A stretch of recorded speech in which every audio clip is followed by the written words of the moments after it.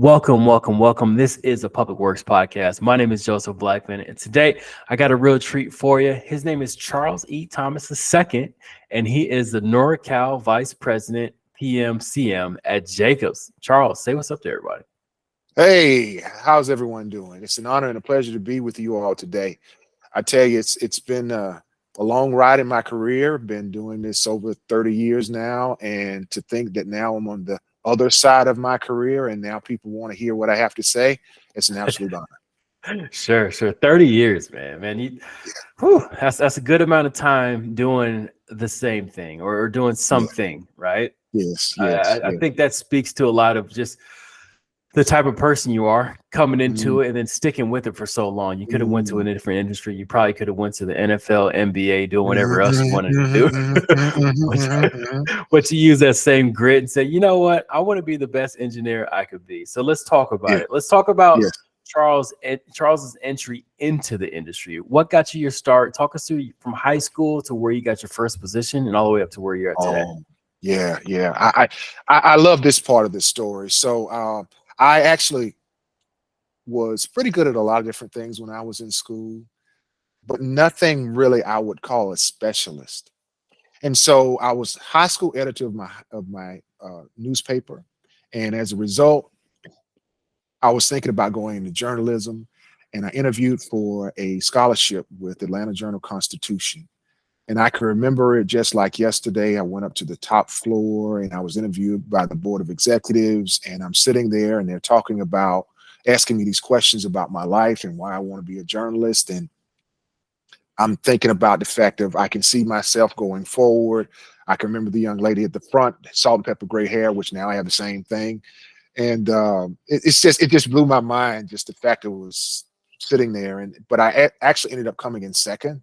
The young lady that won the scholarship ended up getting a full scholarship to the school of her choice. And because I came in second, I ended up winning a $500 cash prize. As a result, I was a little bit disappointed because I thought this was something I wanted to do. And it just so happened that I had a young man that came to the school to speak to us for career day.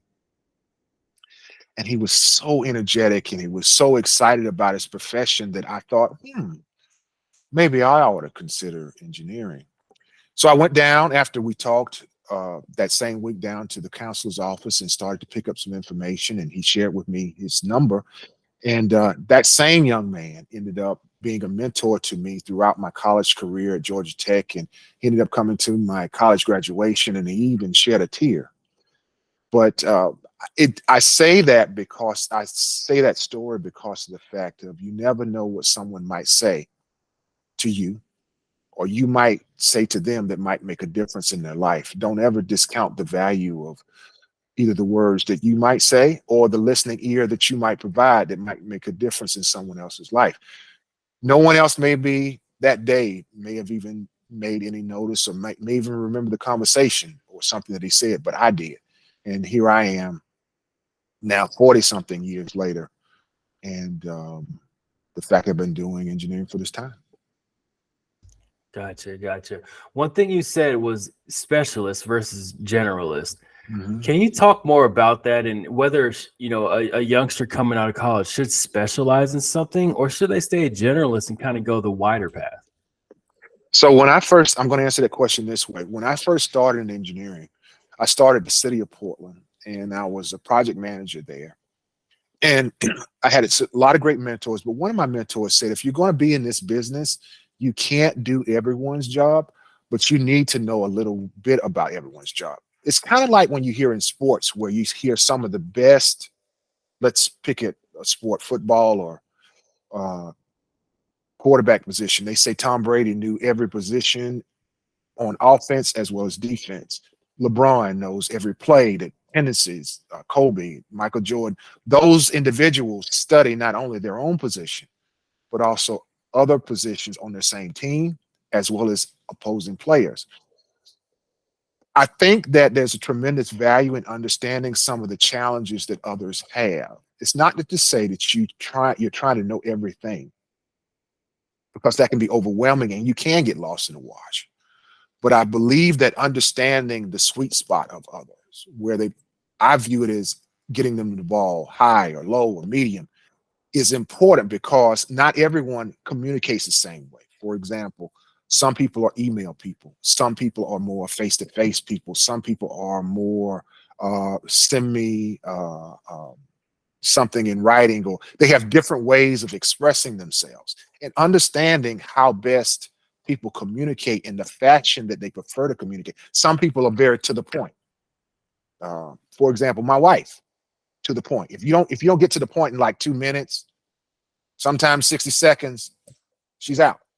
It helps me to understand, like, okay, get to the point, cut it off, make it brief. And the military speaks about that too, right? The fact to start off with the leading points, supply the supplementary details, and then sum it up. But if you Interesting. can't get Yeah. there really quick, Yeah. people are zoned out. And now in today's world, people are even less likely to pay attention to what you have to say. So that's the reason why I say it about the fact of being a generalist versus a specialist. I do believe you're going to have to hang your hat on something, but I do believe that something may change. I think that when I started off in engineering, I'm a different person than I am now because I've always felt like I was always learning and honing my craft. I also made it personal so that it was not like I felt like I was a different person at home versus at work. I try to bring my experiences, personal, to the business as examples because ultimately we are all individuals and we all experience pain. We've all had pain, and those things unite us um, to be able to accomplish some special things. So hopefully I answered that question. It's No, for sure. okay. Okay. Yeah, yeah. Expectations when you got your, you know how it is. You graduate Mhm. college, you got this piece of paper that says you're gonna be Right. great. You got this degree. Right. It could have been your first or second job where it kind of hits you and says, "I'm an engineer now. Like I'm actually working in the field that I, want to work in." Right. Was it everything you expected? Was it different? Did anything blindside you? I'll put it this way. I'll say no to that. And the reason why I'll say that is I had what I think is a very unique environment growing up. My dad was one of 10 kids, so he was the youngest in his family. So he had had a lot of lessons learned from his older siblings. So here, me being the oldest, the way that my parents raised me, that they were always thinking about the future. Uh, to sometimes the detriment of some of my friends, where my dad or my uncle at a family function or whatever may ask them, "So what do you want to do when you grow up?" And they're like, "Oh, geez, I mean, I'm only 12." Like, man, I'm 8 But years old, man. What are you yeah, I'm asking me like, that? but it's like it would force you on the spot Yeah. to have some idea of planning. So to bring it full forward, when I graduated from both high school and college, yes, my dad was excited, but both cases he said, "God bless you." That was all he said was "God bless you," and I thought that was rather serious. But when he Right. said it, Yeah. I asked him thereafter, I was like, "Dad, why did you only say that?" And he said, "Because the journey's just begun." And so I always knew that it required a lot of preparation to be ready for that moment. My uncle William used to say, in life, you can't sometimes have the opportunity to look up the answer. Uh, the answer sometimes has to be in your heart. You just got to know, like, how to interact with people, how to communicate with people from all walks of life, how to be a person of your word, how to be timely, how to treat people the way that you want to be treated, to do things in a way which is basically universal. So to me, even though I've had 16 physically different addresses since I got out of college, and I've lived overseas and lived in a number of different states, what is it that binds us that is the same? Yes, the environment is different. Yes, the people are different. Yes, they may look a little different. Yes, their cultures may be a little different. But what is this that's common? And that's part of the reason why I did some of the things that I did to take on challenging assignments. When I went overseas, I said, well, I can get good at my craft here in the US, but If I start over someplace else and I've got to develop my reputation all over again with new people, how do you do that? Um, there's not necessarily a book for that, but there are some, to me, best management, and that's the way I was raised, to be proactive and do the things that mattered the most. Sure. Sure. Your uncle ran down some skills that, in one thing I noticed, especially in my career, it's not Mhm. necessarily the hard skills that send you up the ladder or up the, Yes, the elevator. yes, It's the soft yes, skills. It's the yes, stuff that they don't teach in college, like people yes, skills, how to yes. communicate, how to talk to people where they're at, not where you're at, like where they're at Right, mentally, or right, right. whatever. So talk to the importance, and let's get a little tactical. How Yes, can one, like when we think of engineer, you think of somebody with some glasses with a pocket protector, and they just they yes, want to hide out in the corner, not talk to right, anybody. right. If somebody's listening and they have that kind of vibe about them, how can they grab some soft skills to be able to say, "Hey, I can manage people. I can be good around people," and ascend their career? Well, let me answer that two ways. The first way is, why do people feel like people skills are even important? Why should it be important? Okay, here's the thing. In life, you have things you can control and you have things you can't control. In business, you can't pick your clients, you can't pick their personalities. And many times with your own staff, you can't pick their personalities and you can't pick your staff. Okay. So all the frustration with trying to create people that are just like you, it ain't going to happen. So what does that mean? That means dealing with the real life scenario that I'm going to work with people that are different. Okay. Now, fast forward that to the second part of the equation, which is the tactical piece about soft skills and how do you develop them. I think it's about the fact of honestly listening. I'm sorry. Honestly listening means the fact of taking the time to just dedicate your efforts to totally making yourself available for a conversation. There was an exercise that I learned after my mother passed, because at that time it's one of those milestone moments. And I said, I had to rearrange my priorities. Like I did a lot of things for my mom and my dad. And when she had passed, it was like, okay, redefine the reason. But one of the exercises was a 30-minute exercise.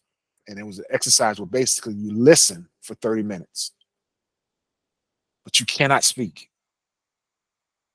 Okay. So imagine this in this technical, detailed world where everything fast paced, and you're talking about an exercise where you listen for 30 minutes. Well, I did it with my daughters. And here's what I learned with that exercise. One, the first 10 minutes is, Dad, I'm good. I'm good. Okay. The next 10 minutes is, well, I guess there is something. The last 10 minutes is, we always end up going over. I look up and it wasn't 30 minutes, because if you do something, here's the thing I learned. If you do Yeah. something like look at your watch, it changes the pattern. Okay. It's like saying button it up. Huh? Okay. That's one. Second thing is, you never really know what's bothering you because we're so numb to our own words of expression. It's like, okay, how am I doing? Am I good? Am I semi good? Okay. Well, there is. How do you express that when you go, people aren't really listening? You ask someone how they're doing. Yeah, yeah. You're not really going to tell them how you're doing. They don't really. I didn't want to go that deep with you, right? I just wanted to know how you were doing. I say that to say that when you take that to the fact of how we do business in our everyday world, knowing we only have a few moments to plan. We talk about the fact of exercises, partnering, and things of that nature to try to get together, collaborate at the beginning of a project or an opportunity. To me, that's easy. It's easy to collaborate at the beginning. It's the day to day. It's making time for people day to day. to let them know that they're important. Because many times the people that you work with, no matter what school they went to, have not had that attention growing up. I had that attention growing up. And so for me, the people skills are a giving back of something that was given to me. I think it's something that, yes, everyone can work on. You can always do better. But it is important, and especially in today's time, because we live in a world where everything's so fast paced and nobody wants to take the time. But when you do, it does make a difference.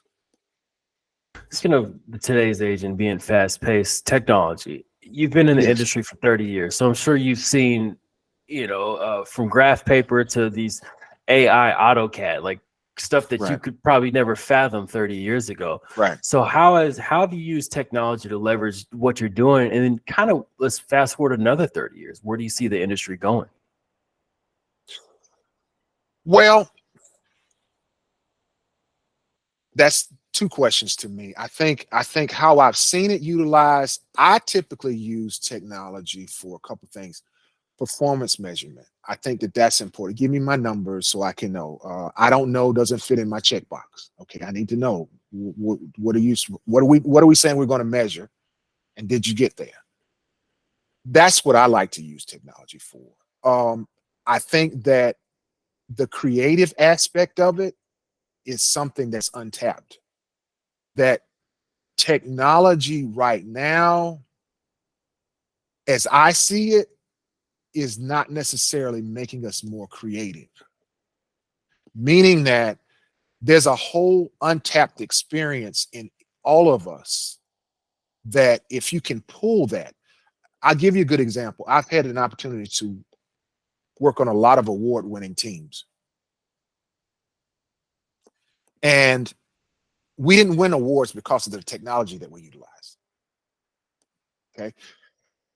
When I was interviewed about my philosophy about us winning the awards, they said, well, Charles, what was it about this program or this project that made you so successful? I said, well, you had to have great people. They said, well, how do you find great people? I said, you don't. They said, well, what do you mean you don't? I said, you have to create them. They said, well, how do you create great people? I said, well, you have to love them. Well, I said, they have to love you. I'm sorry. They said, well, how do you get people to love you? I said, you got to love them first.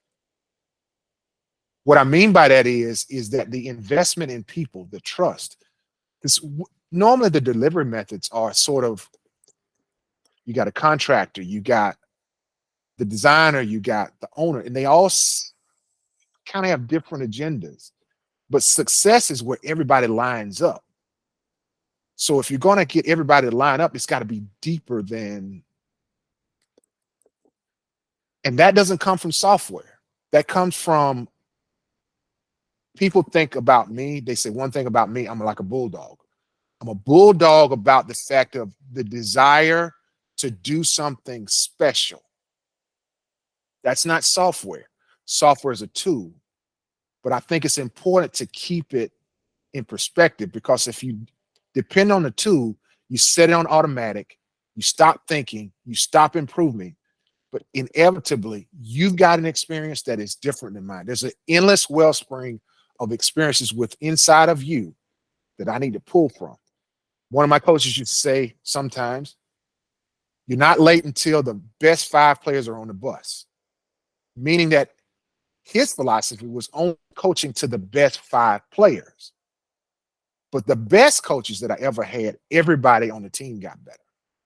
I can't afford to have non-performers on my team, not one. Everyone must add value. Everyone must contribute. That means there's an untapped list of resources, people that were in the back of the room that never got asked, people that never got confident to speak up, people that never really were valued in their organizations. That's an endless wellspring of viewpoint and perspective that's untapped. That's my philosophy on software and technology. Gotcha. Yeah. You talked about working with people. Let's talk generations, because not Yes, everybody is of the same generation or the that's same the other thought part. process. And diversity, equity, inclusion. Let's do Yes. generations first. How does Charles put on the cap of, okay, I'm going to be talking to Gen Zers today. I'm going to be talking to baby Yes. boomers today, Gen Xers, millennials. Where does your brain go when you have to be able to get them to all get in lockstep with your plan?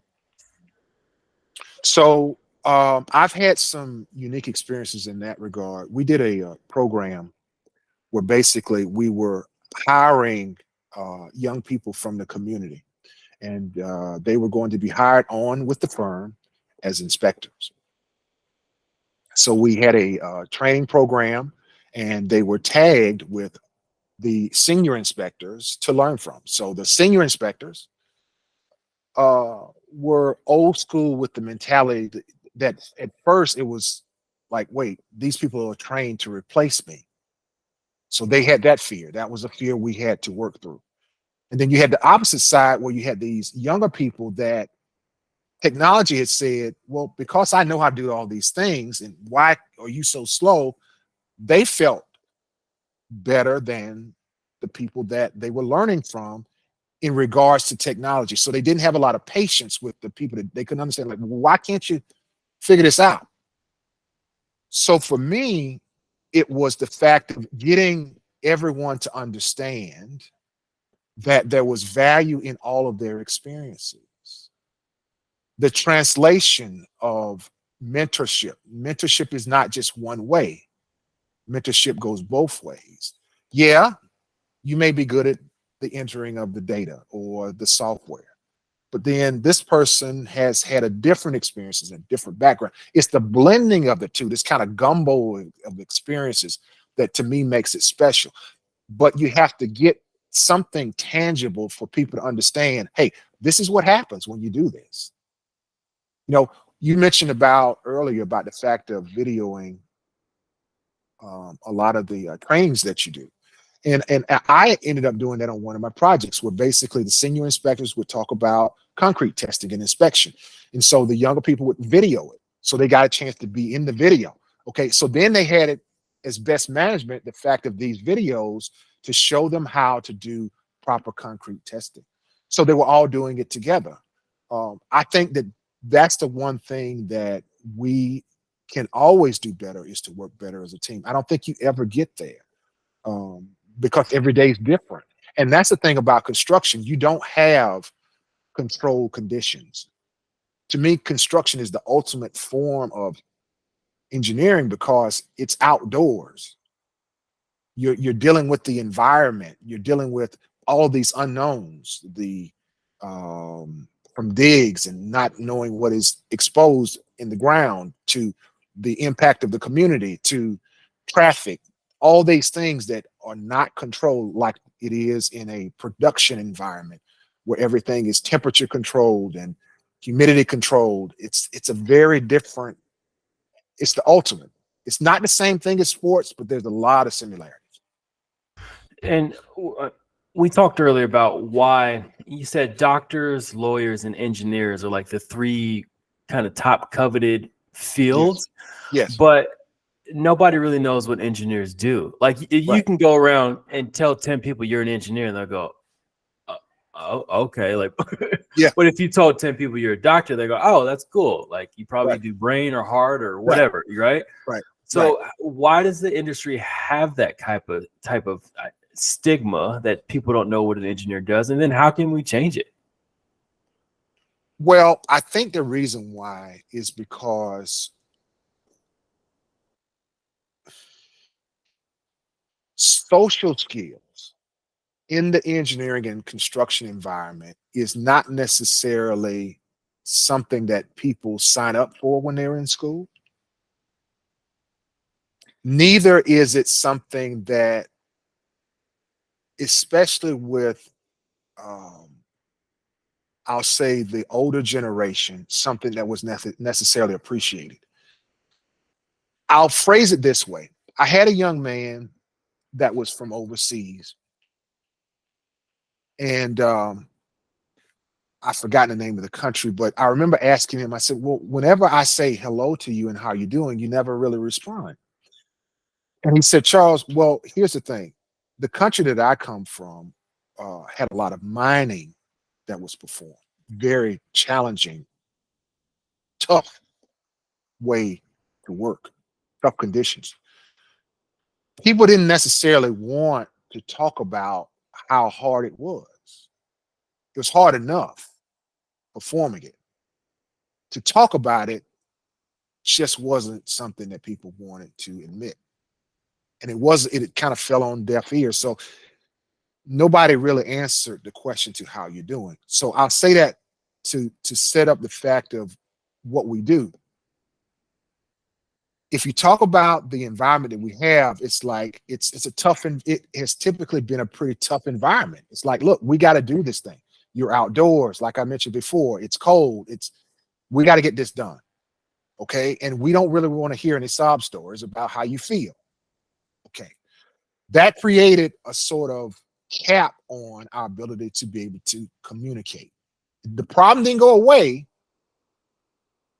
It may showed up in poor health, poor mental health, accidents. Okay. So now, because going back to what we said earlier about technology, we have more tools to measure. We have more data about the fact of the impacts of unsafe conditions. We can compare stories.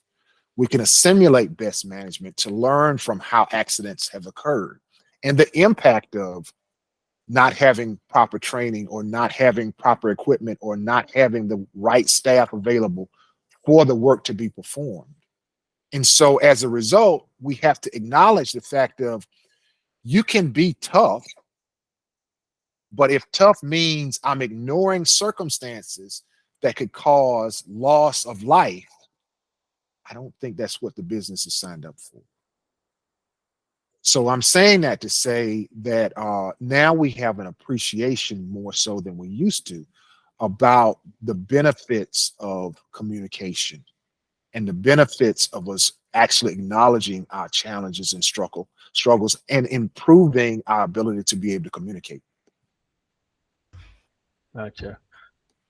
How does Charles keep getting better and better and better? I could tell you're real introspective. I could tell you think, maybe more so than you talk, because it comes across as if you go through life working, but you Right. also go through life thinking about how to get better at working. So how do you proactively, intentionally get better and better and better? Like, what's your personal and professional development regimen like?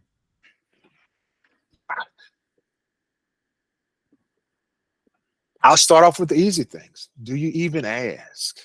I mean, I ask people around me. It's like, is there anything I need to work on? I mean, think about that. Most people go, that's hard for your ego. I have a saying, I try to leave my ego at the door. And that's a humbling thing to do. Because if you're going to ask that question, you got to be prepared for some sort of tough critiques.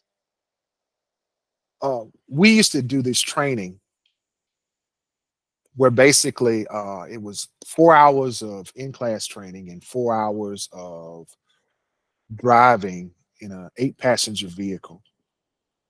And the first 4 hours, you think you can drive, and the instructor, I'll never forget it, the instructor says, well, cross your arms. Cross your arms.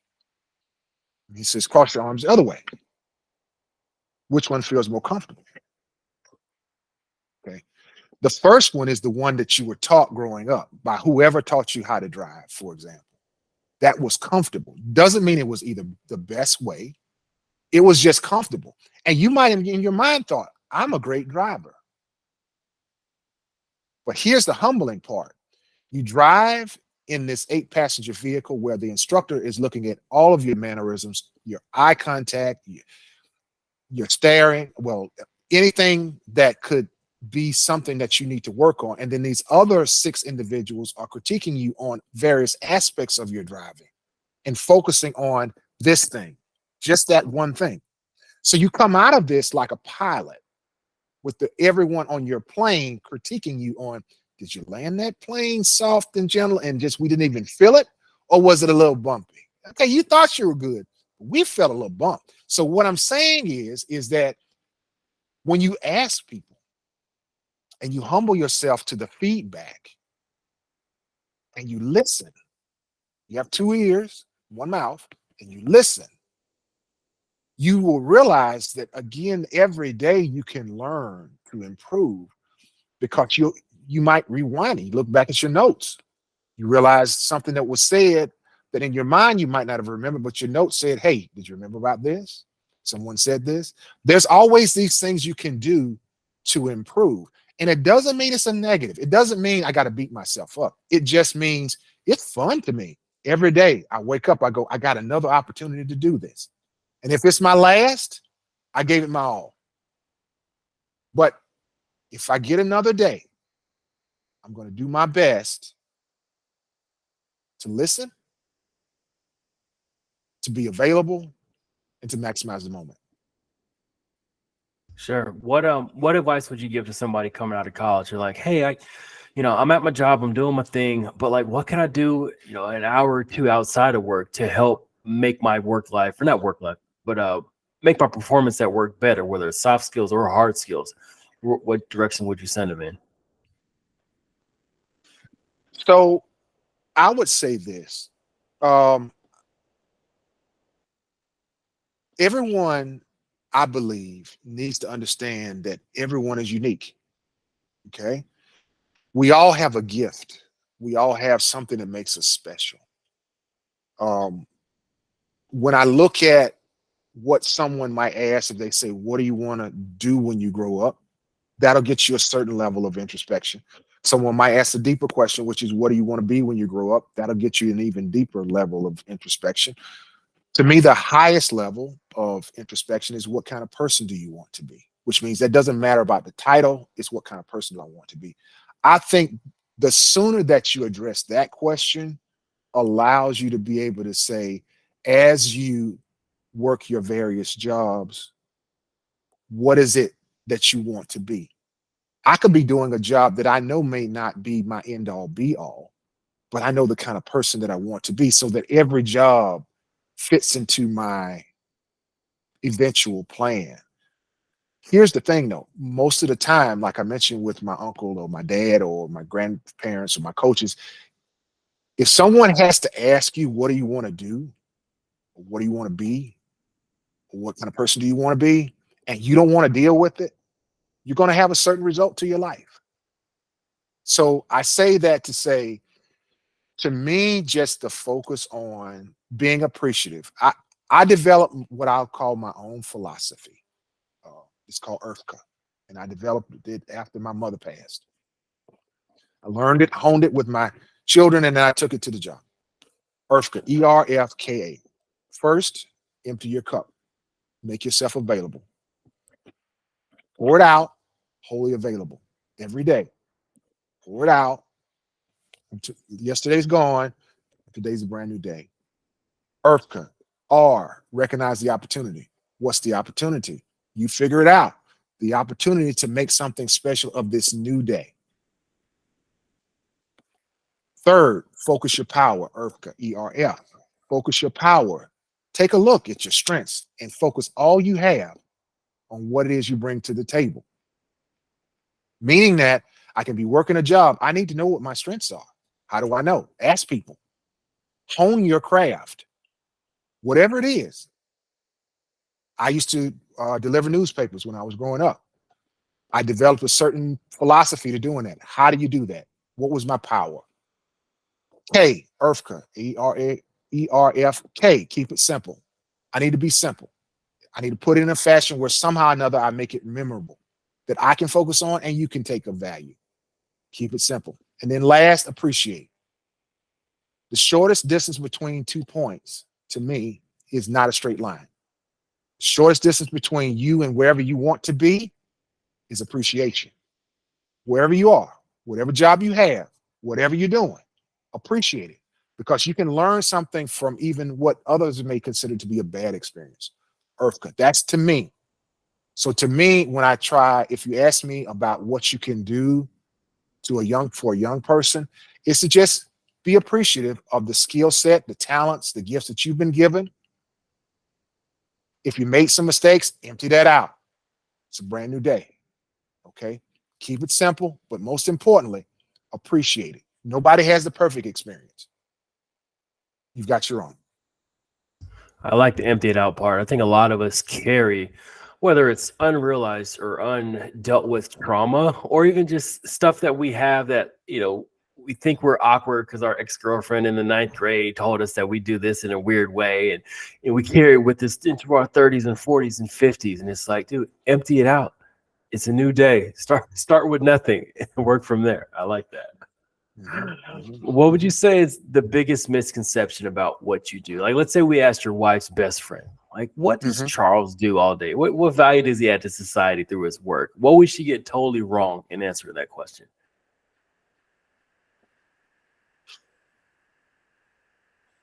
I think that they would say that it's very specialized and unfamiliar.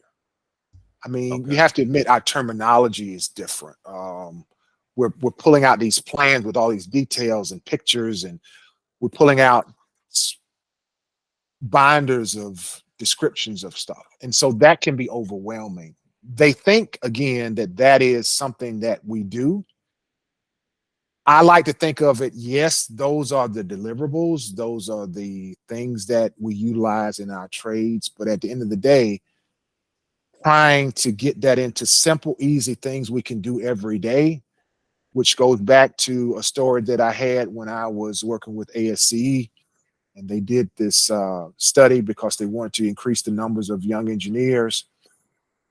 And they said, well, what is it that engineers do when they're asked about their profession? And they said, well, we say that we use math and science to construct things, and didn't really resonate with the young people. Didn't sound sexy, huh? So what they said was what we really did was we do two things. Yes, you got the binders and stuff and the plans, but two things every day, religiously, that if we do them well, things come out well. One, we work well as a team. And two, we solve problems. We have to be a bulldog if we're going to succeed in the business that we're in at doing two things well. One, work well as a team. If you're going to be a, outsider and do things on your own, and that doesn't work well in our industry. Two, solving problems. You have to be able to solve problems. And with that, to me, is the even higher level is, do you embrace the problem? Some people get very upset as if they don't want to deal with the problem.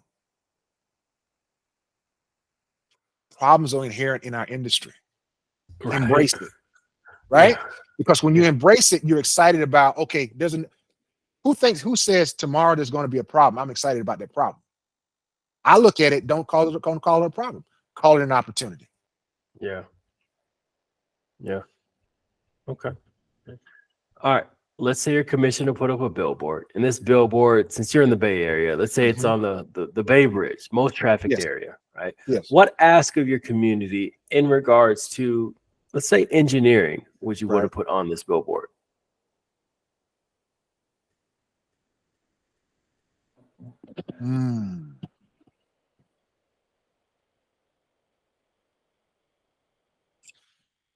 I think something to the effect of, we all share this world together. I remember we had a project where we were trying to maintain the sewer easements. And these sewer easements were heavily wooded areas. And so we were talking to the community about having to go onto these easements to access for the sewer lines, the manholes. So in order to do that, you had to cut down the row of trees that might have been located on the easements in order for you to take your vehicles down there. So as you might expect, some of the property owners were pretty upset about it. And I understood it. However, we share this world, meaning that your house has a sewer that serves not just you, but also others. In order for everyone to take advantage of that service, we have to maintain the sewers.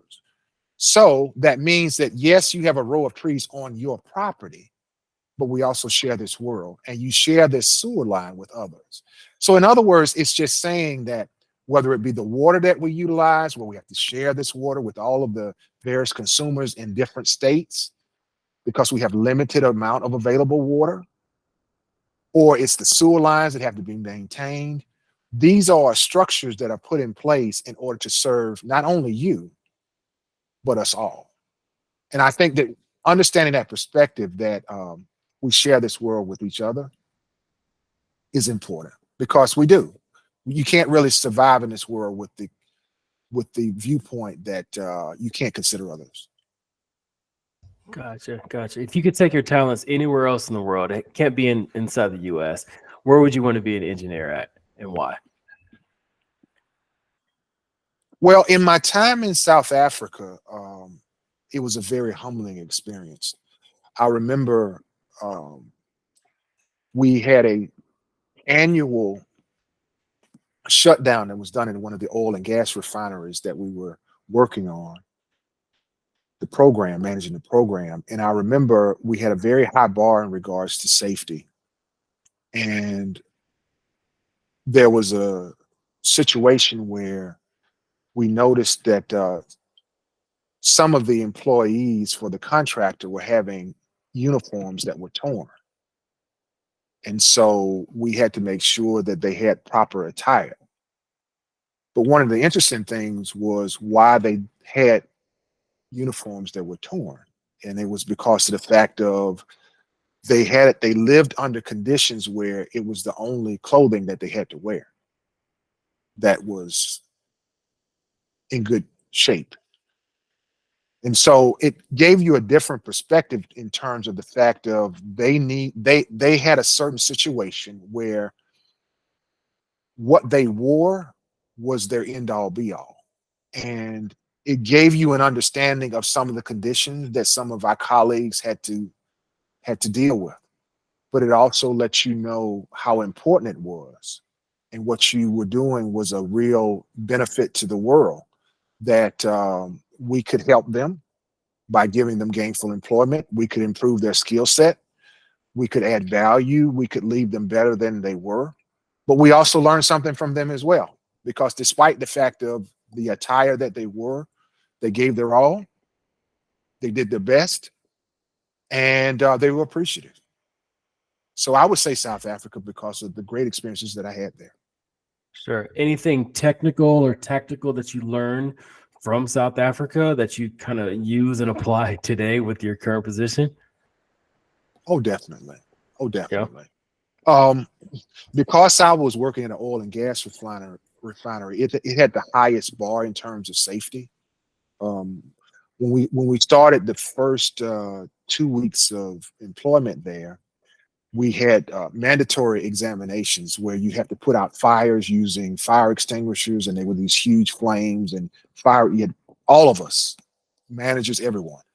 The reason why I mentioned that was because, and you had to score like a 90 or above on your examinations, and the videos it was videos as well as in-person staffing of former or present employees where they talked about the fact of how they were either injured or their family members were talking about their deceased family member. And so it was one of those things where it was very eye-opening to hear about someone that had passed from their family, and what it was like when people might have been careless about following the proper procedures and protocols. Um, so I said that to say that taught me the appreciation for a higher bar, and I've taken that back. I never had, and I hope that I never have, to make that speech to someone's loved one about them passing on something that I was affiliated with. But it changed me. It changed me. Sure, sure. Last question for you. Let's say I'm coming to San Francisco and I text you Yes, ahead of time, and yes, I'm like, hey, Charles, send me to yes. the place where I can get the best burger in San Francisco. Where are you going to send me? Mm. See, the burgers are a little bit difficult because of the fact of we eat more seafood here because it's a seafood place. Talk to me. So San Francisco, I haven't had a bad restaurant that I've ever eaten in San Francisco. As a matter of fact, all the seafood here has been tremendous. I can't think of necessarily one that's better than the others. I know we frequent Town, which is in San Mateo, Okay. San Carlos. I'm sorry. San Town is a Carlos. great restaurant. Serves American food. Their specialty is we normally get the seafood there, but great drinks, great ambiance, great experiences there. People take care of you, but that's probably our favorite restaurant here. Okay. I know San Carlos. Yeah. All right. Well, Charles, thank you for hopping on the podcast with me. Thank you for sharing your wealth of information and knowledge. To all the listeners out there, make sure you share this with somebody who you think needs to hear it. Any final words before we get out of here? Final words. Um, well, I think if you were to say what my philosophy has been, I think I'll go back to something that my high school teacher said. I saw her about 10 years ago at one of our half marathon runs. And she talked about the cycle of life. And now she's in her 80s, almost 90. She said, Charles, as I get older, I may not be able to put the name with the face, but once you're in my prayers, there's nothing you can do to get out. And so I say that when I work with people, that I've been blessed that people have taken care of me and poured into my cup. And if I can do that same for others, that is my goal. So thank you as well. All right. All right. Well, Charles, once again, thank you for hopping on. This has been the Public Works Podcast, and thank you for tuning in.